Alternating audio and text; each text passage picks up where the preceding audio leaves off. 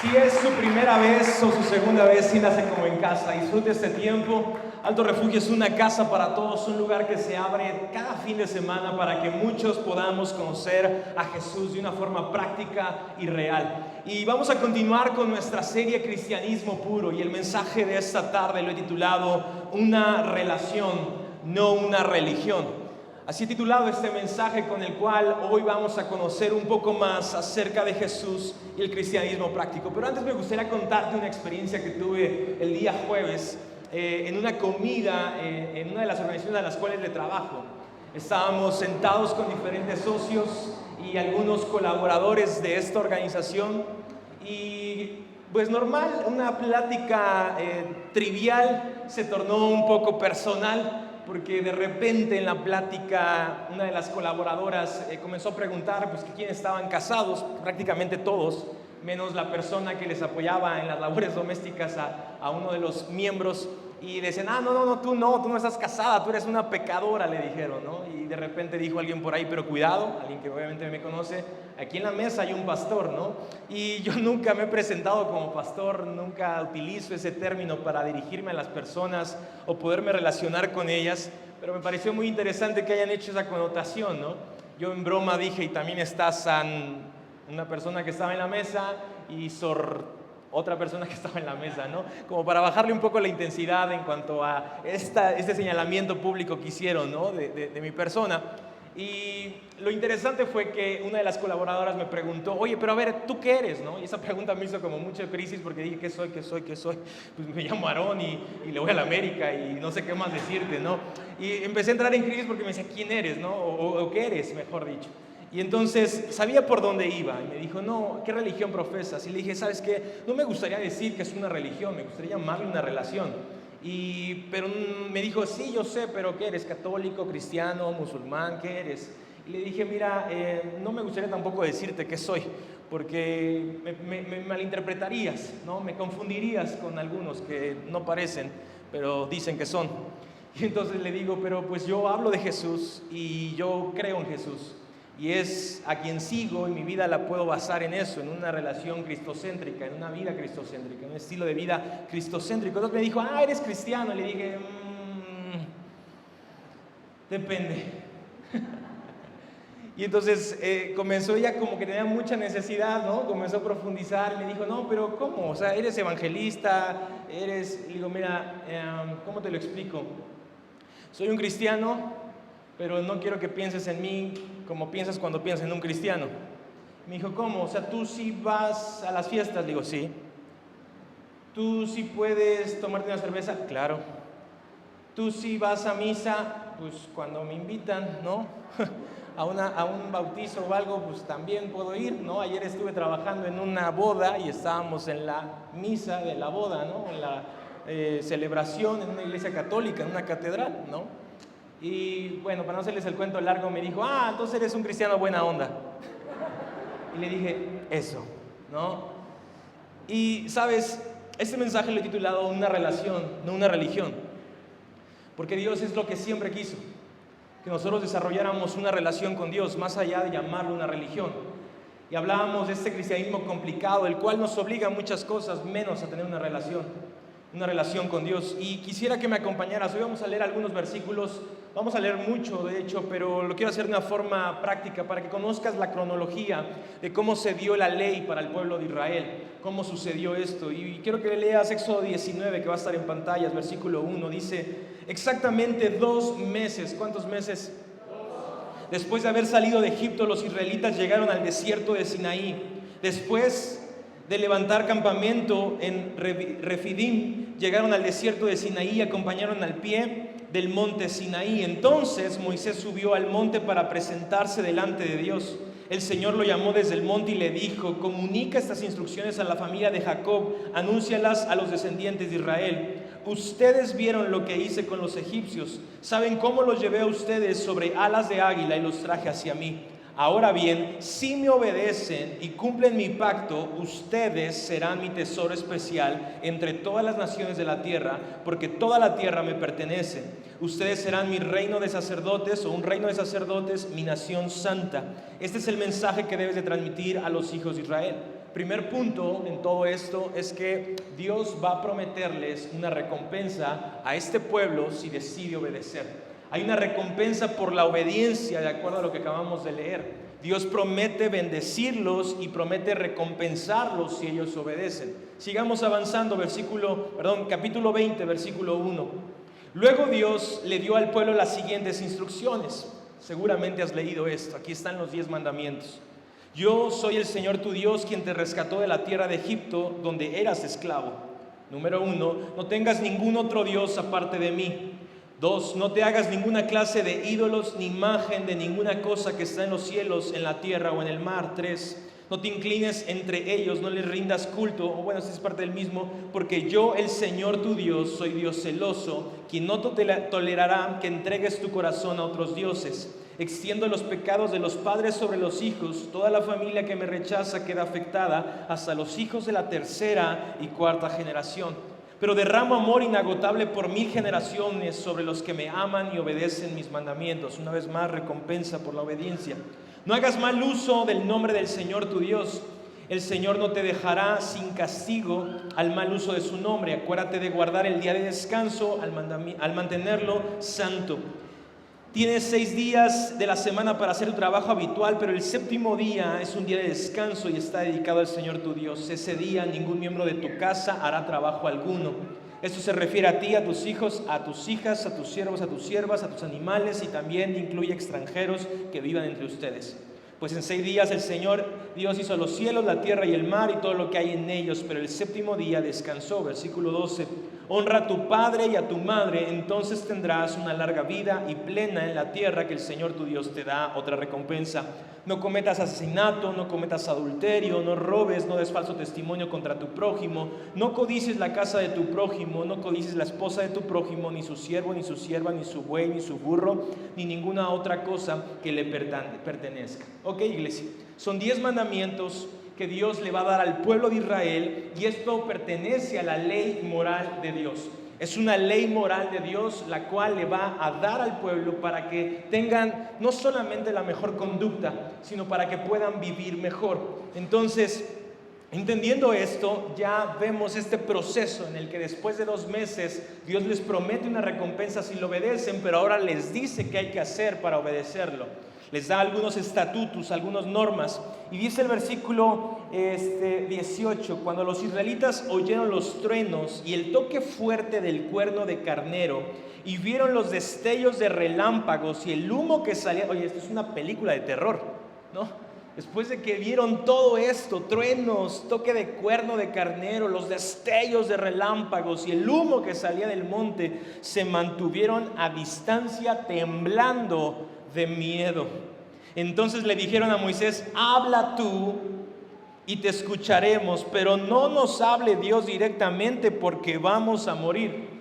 Y la respuesta de Moisés me da muchísima curiosidad. Dice: no tengan miedo, les respondió Moisés, porque Dios ha venido de esa manera para ponerlos a prueba y para que su temor, di conmigo, temor, hacia Él les impida pecar. Y esto me lleva al siguiente cuestionamiento, iglesia: ¿por qué obedecemos? ¿Cuál es el fundamento o la razón por la que tú obedeces?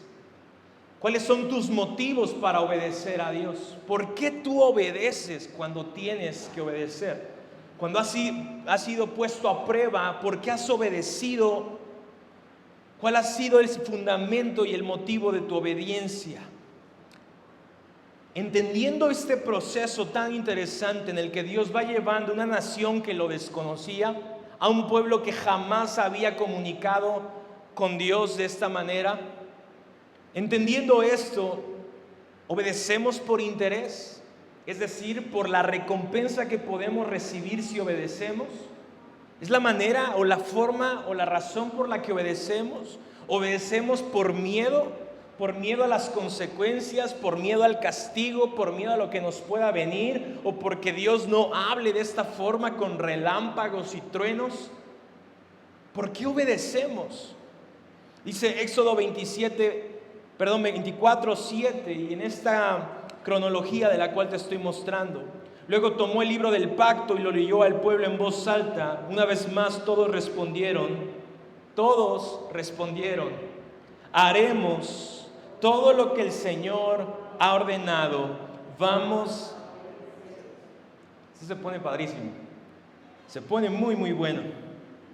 Esto fue lo que dijeron después de haber visto a Dios hablar con Moisés de esta forma, con relámpagos, con truenos. Obviamente viene infundida esta declaración del miedo. Viene precedida de miedo, de ver a Dios hablar de esa manera, les provoca miedo y entonces ellos confiesan: vamos a obedecer todo lo que el Señor nos ha ordenado, que ya lo leímos, lo que les había ordenado. ¿Qué sucedió más adelante? Capítulo 32. Cuando los israelitas vieron que Moisés tardaba tanto en bajar del monte, se juntaron alrededor de Aarón y le dijeron: vamos, haznos dioses que puedan guiarnos. No sabemos qué le sucedió a ese tipo, Moisés, el que nos trajo aquí desde la tierra de Egipto. Aarón le respondió: miren, es el hermano de Moisés, ya sacerdote en este nuevo acomodo. Dice: quítenles a sus esposas, hijos e hijas los aretes de oro que llevan en las orejas y tráiganmelos. Todos se quitaron los aretes que llevaban en las orejas y se los llevaron a Aarón. Entonces Aarón tomó el oro, lo fundió y lo moldeó hasta darle forma de un becerro. Cuando los israelitas vieron el becerro de oro, exclamaron: oh Israel, estos son los dioses que te sacaron de la tierra de Egipto. Al ver a Aarón el entusiasmo del pueblo, edificó un altar frente al becerro.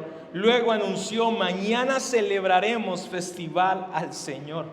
Temprano a la mañana siguiente el pueblo se levantó para sacrificar ofrendas quemadas y ofrendas de paz. Después todos celebraron con abundancia comida y bebida y se entregaron a diversiones paganas. El Señor le dijo a Moisés: baja ya de la montaña. Tu pueblo, el que sacaste de la tierra de Egipto, se ha corrompido. Y esta respuesta de Dios me llama mucho la atención. Qué pronto se apartaron de la forma en que les ordené que vivieran.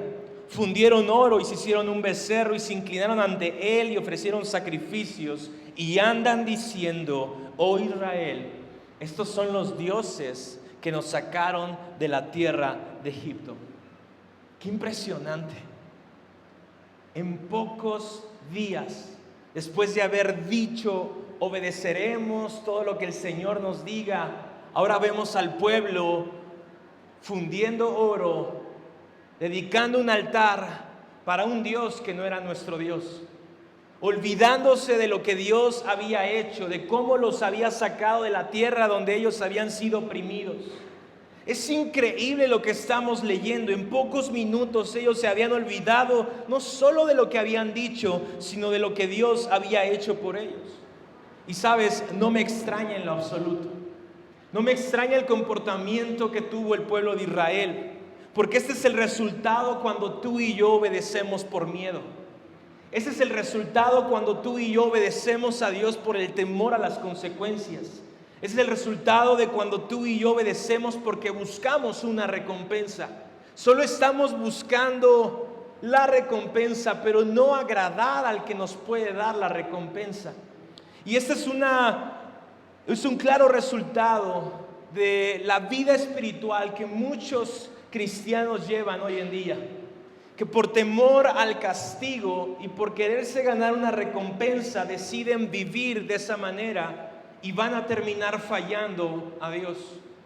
Muy rápido se les va a olvidar lo que Dios hizo por ellos. Muy rápido van a hacer valer como cosa poca lo que Dios hizo por medio de su Hijo en la cruz.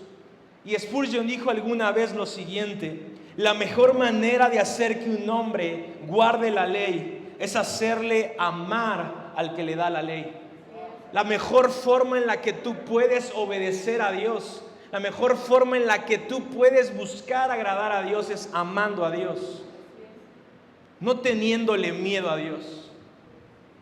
No obedecer por lo que vaya a suceder, por el temor a las consecuencias, sino porque amas a Dios. Y de repente me parece un poco injusto el trato de Dios con el pueblo de Israel. Lo venía hablando ayer con mi esposa y compartíamos algunos puntos en relación de esto y le decía: es que se me hace un poco injusto la forma en la que Dios abordó al pueblo, porque los hizo que tuvieran miedo, porque les estableció el sistema de recompensas, que a veces utilizamos esto con nuestros hijos y no es lo mejor, que decimos, mira, si te quedas callado al ratito te doy todo el celular que quieras y te doy todas las palomas que quieras. Y nos damos cuenta que a pesar de todo esto, fallaron, se equivocaron, muy rápido olvidaron su promesa, porque la relación que tenía el pueblo con Dios estaba infundida en miedo y estaba basada en un sistema de recompensas. Te portas bien, te doy esto. Me parece injusto, pero todo esto es exhibir algo. Dios está buscando desde la caída del hombre rescatar tu corazón. Y la forma en la que lo va a hacer es poderte mostrar la evolución del pecado y sus consecuencias sobre tu vida. Y todo apunta hacia Jesús. Todo está encaminado hacia Jesús. Que nos enfoquemos en Jesús, que es la obra final y completa con la cual tú y yo recibimos salvación.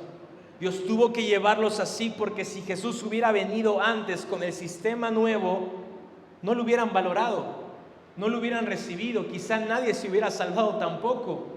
Tuvieron ellos que aprender a vivir con esta forma de vida complicada, con este cristianismo complicado.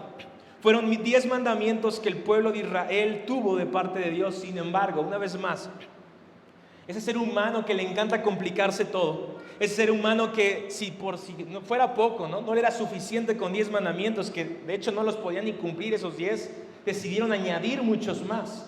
Cerca de 603 mandamientos, con un total de 613 mandamientos que tenías que cumplir en la ley de Moisés si querías ser salvo. Si fallabas en uno, no te salvabas. Si con 10 no la armabas, ahora súmale 603 mandamientos. La cosa se pone más complicada. Y es aquí donde me viene el cuestionamiento: ¿cuál es el beneficio de sumarle más mandamientos a la ley? ¿Cuál era el beneficio? ¿Por qué agregar y dificultar el camino? ¿Por qué si ya era difícil cumplir con 10 mandamientos, por qué complicárselo todo? Si nadie se salvaba por sus obras, iglesia, ¿por qué hacerlo más complicado todavía? Jesús entonces, iglesia, es la respuesta cuando las cosas se ponen difíciles. Y Jesús entonces vino a simplificarnos el camino. Vino a simplificarnos y hacernos más sencillo el acceso al cielo. Jesús se percata que era imposible que el hombre se salvara por sí mismo, y Él es la respuesta del Padre para encaminarnos hacia la salvación. Jesús vino a simplificarnos todos, porque recuerda, mientras la religión todo lo complica, Jesús todo lo simplifica. Jesús todo lo hace más fácil. Quisiera que me acompañaran con música. Entonces, quiero hacer una breve comparación entre el Antiguo Testamento y el Nuevo Testamento. Tú lo puedes llamar como quieras. Si es tu primera vez en un lugar como este, es el antiguo acuerdo que estaba lleno de pactos, ¿no? El antiguo pacto también muchos le llaman, o el antiguo forma en la que Dios trató al pueblo, y el nuevo tratado, el nuevo pacto. Y dice Hebreos 8, el punto principal es el siguiente: tenemos un sumo sacerdote quien se sentó en el lugar de honor, a la derecha del trono de Dios, majestuoso en el cielo. Allí sirve como ministro en el tabernáculo del cielo, el verdadero lugar de adoración construido por el Señor y no por manos humanas. Ya que es deber de todo sumo sacerdote presentar ofrendas y sacrificio, nuestro sumo sacerdote también tiene que presentar una ofrenda. Si estuviera aquí en la tierra, ni siquiera sería sacerdote, porque ya hay sacerdotes que presentan las ofrendas que exige la ley, esta ley de Moisés de la cual te hablaba. Ya que es deber de todo sumo sacerdote presentar ofrendas y sacrificio, nuestro sumo sacerdote, una vez más, también tiene que presentar una ofrenda. Y él no sería sumo sacerdote o no sería sacerdote porque ya hay sacerdotes que presentan las ofrendas que exige la ley. Versículo 5. Ellos sirven dentro de un sistema de adoración, y esto es fuerte, que solo es una copia. Di conmigo, es una copia. ¿A cuánto les gustan las copias? Algunos nos ponemos, en vez de Nike, Mike. Algunos usamos tenis Nila en vez de Fila, Ardidas en vez de Adidas. A nadie nos gustan las copias, pero a veces es lo que nos alcanza.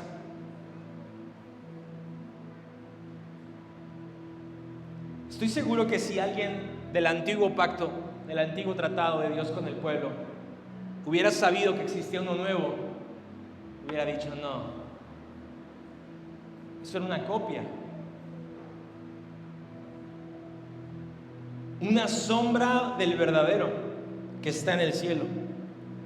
Pero cuando Moisés estaba por construir el tabernáculo, Dios le advirtió lo siguiente: asegúrate de hacer todo según el modelo que te mostré aquí en la montaña. Pero ahora Jesús, nuestro sumo sacerdote, se le ha dado un ministerio que es muy superior al sacerdocio antiguo, porque Él es mediador a nuestro favor de un mejor pacto con Dios, basado en ¿qué? Promesas mejores. Entonces, el versículo clave de Hebreos 8 es el 7. Si el primer pacto no hubiera tenido defectos, no habría sido necesario reemplazarlo con un segundo pacto. Creo que en la naturaleza del humano, del hombre, está el hacer cosas nuevas, aunque muchas veces solamente son copia de otra cosa, pero le llaman nuevo. Pero Dios, iglesia, no es así. Si Dios estableció un nuevo pacto, significa que algo le faltaba al antiguo pacto, que algo estaba deficiente en el antiguo pacto.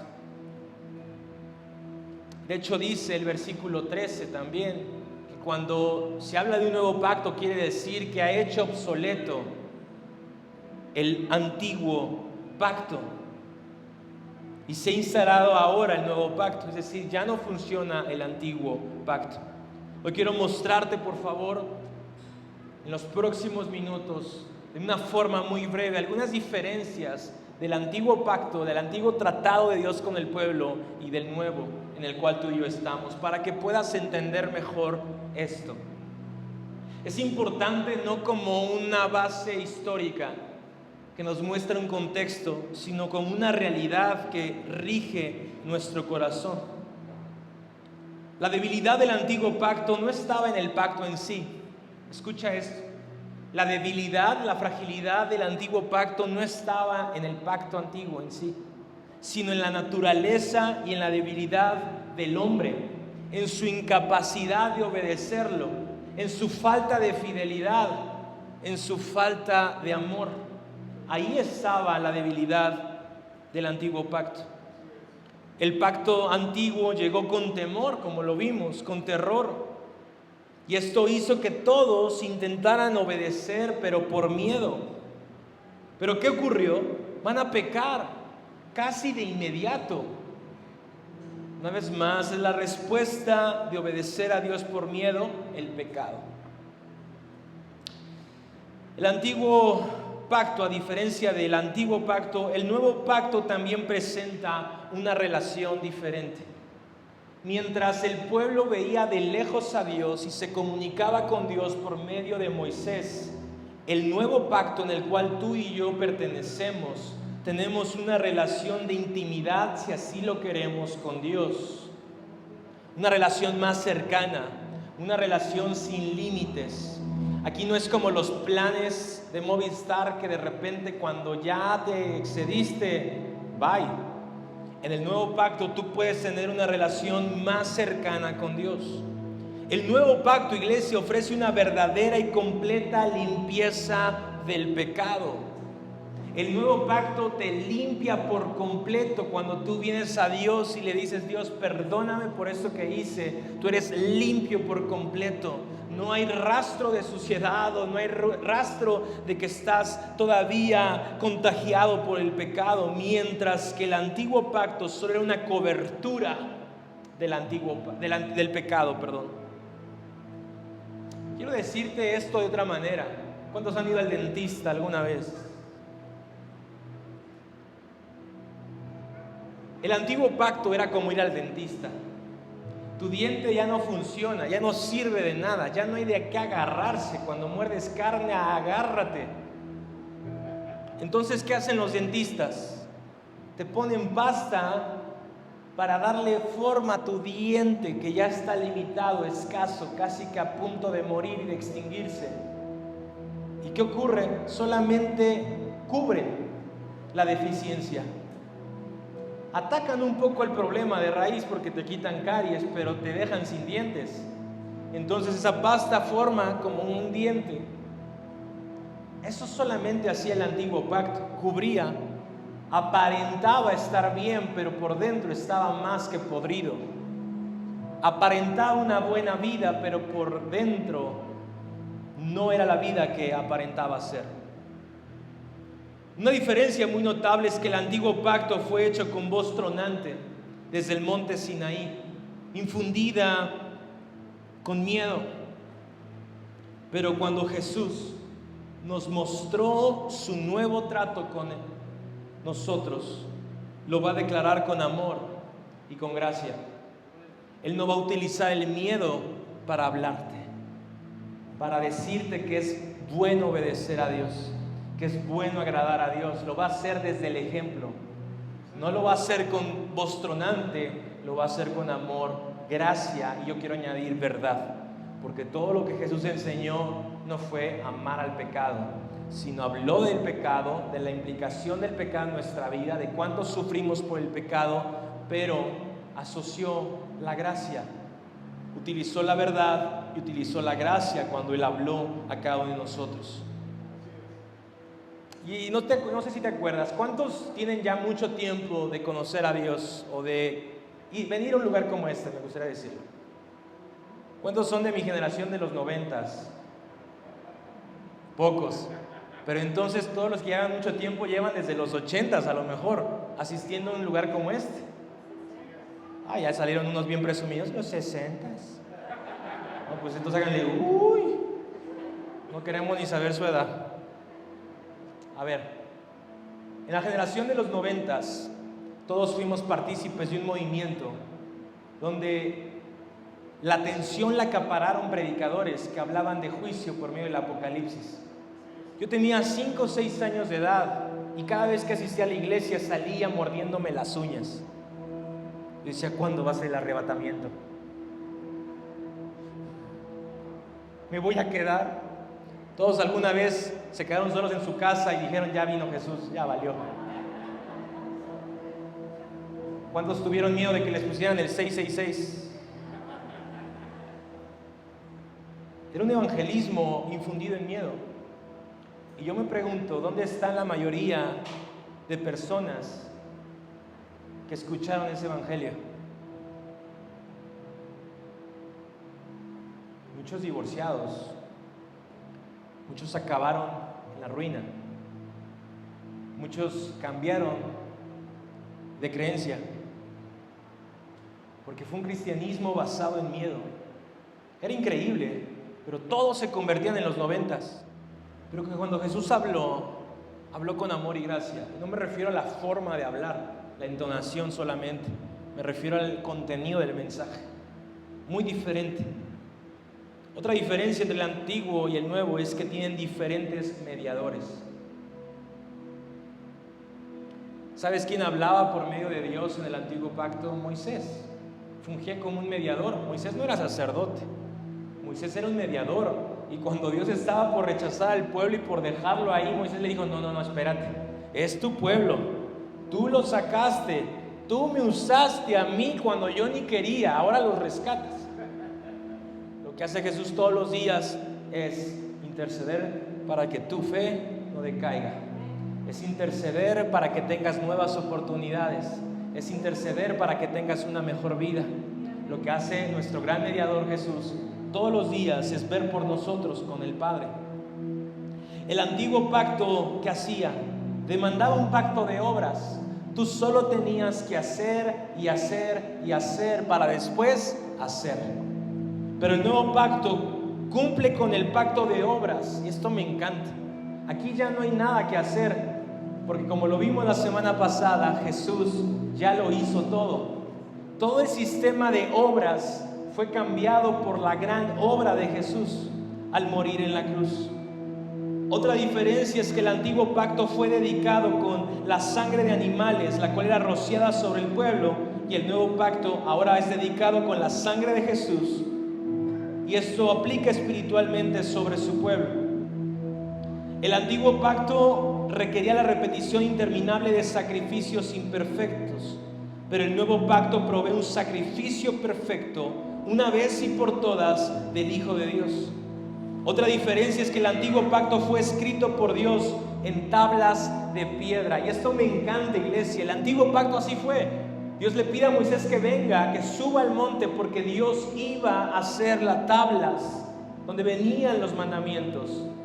Esto fue escrito en piedra, pero ¿qué crees? El nuevo pacto fue escrito por Dios en los corazones de todos nosotros. Ya no es cumplir una serie de cosas viendo en la piedra. Ahora está en nuestro corazón grabado. El objetivo entonces del antiguo pacto era descubrir el pecado, condenarlo y poner una cerca a su alrededor. Esto ocurría cuando la gente identificaba un pecado, lo cercaba y se alejaba con temor y con miedo. El objetivo del nuevo pacto es declarar el amor de Dios, la gracia, la misericordia de Dios, el arrepentimiento, perdón de pecados y una vida eterna. El antiguo pacto termina en esclavitud. ¿Por qué? ¿Por qué en esclavitud?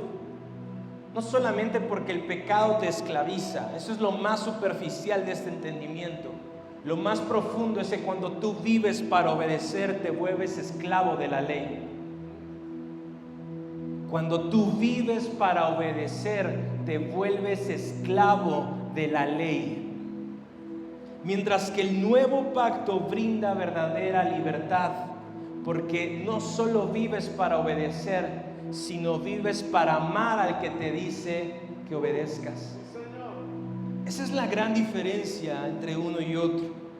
Y por último, el antiguo pacto fue diseñado para preparar el camino para el nuevo pacto y luego desaparecer, pero el nuevo pacto fue diseñado para durar para siempre. El nuevo pacto es para siempre, iglesia. Entonces Jesús tuvo que venir a simplificarnos el camino de la salvación. Yo quiero tan solo terminar de esta manera. Quiero que veas la siguiente imagen. Yo no sé si has tenido la oportunidad de ver esta película. Hagamos de cuenta que Buzz Lightyear es Jesús y tú y yo somos Woody. Y lo primero que ves en la imagen de hasta acá arriba es a Jesús queriéndote llevar por la vida que Él quiere. Este cristianismo práctico, alejado de toda religiosidad. Y tú eres Woody diciéndole: espérate, Jesús. ¿Y la santidad? Jesús te va a decir: no estaba apuntando a la santidad, estaba apuntando a una relación.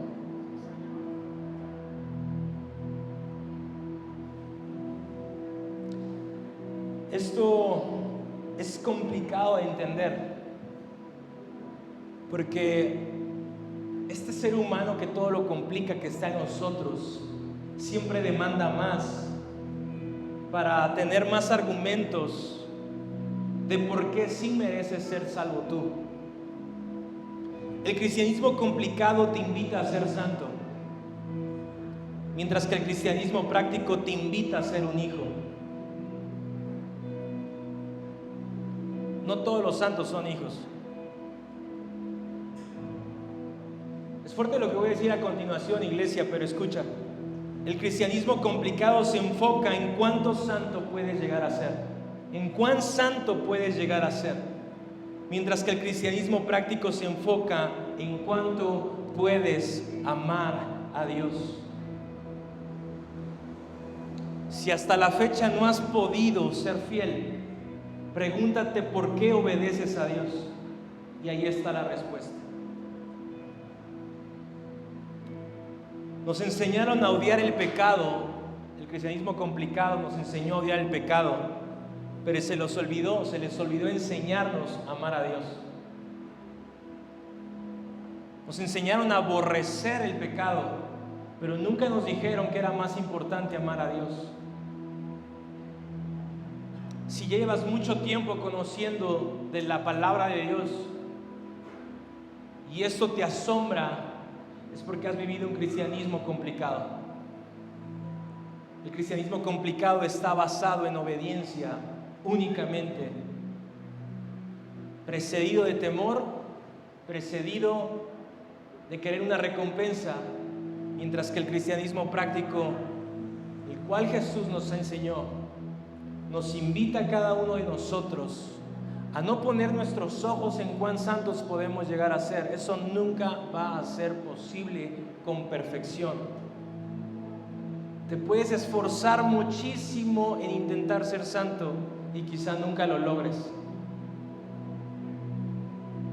Jesús te invita a enfocarte en lo más importante, y es: ámalo Él y ama a su Padre.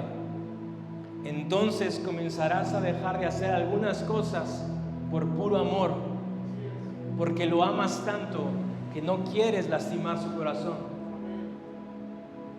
¿Cómo vas a vivir a partir de mañana? A partir de hoy.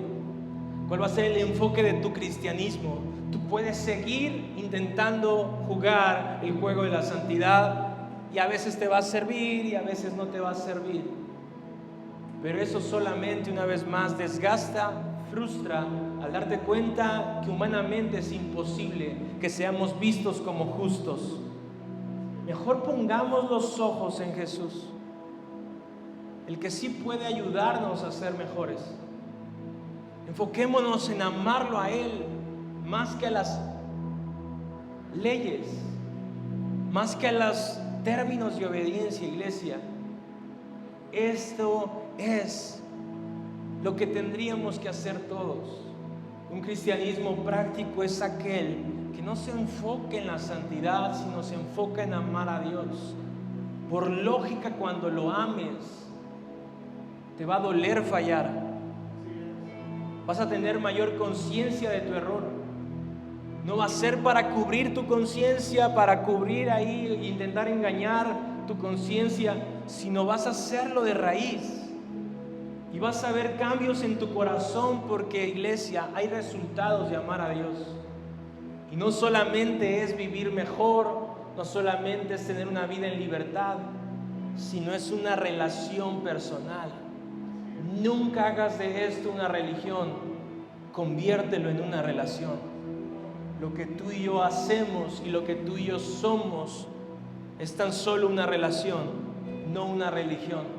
La religión pone sus ojos en la ley, mientras que la relación pone sus ojos en amar a Dios. ¿Qué camino vas a elegir para tu vida? La decisión está en ti. Tú decides vivir como Moisés y todos los de ese tiempo, o decides vivir como alguien partícipe de un nuevo pacto. Porque aunque históricamente esto ya cambió, iglesia, vivencialmente tú puedes seguir siendo parte del antiguo pacto. Tú eliges lo que quieres para tu vida y para tu familia. Pero lo que yo he descubierto es que en el cristianismo práctico encuentras plenitud de vida. No permiso para pecar, sino un raciocinio para decir: esto no me conviene, porque quiero amar y agradar a Dios sobre todas las cosas.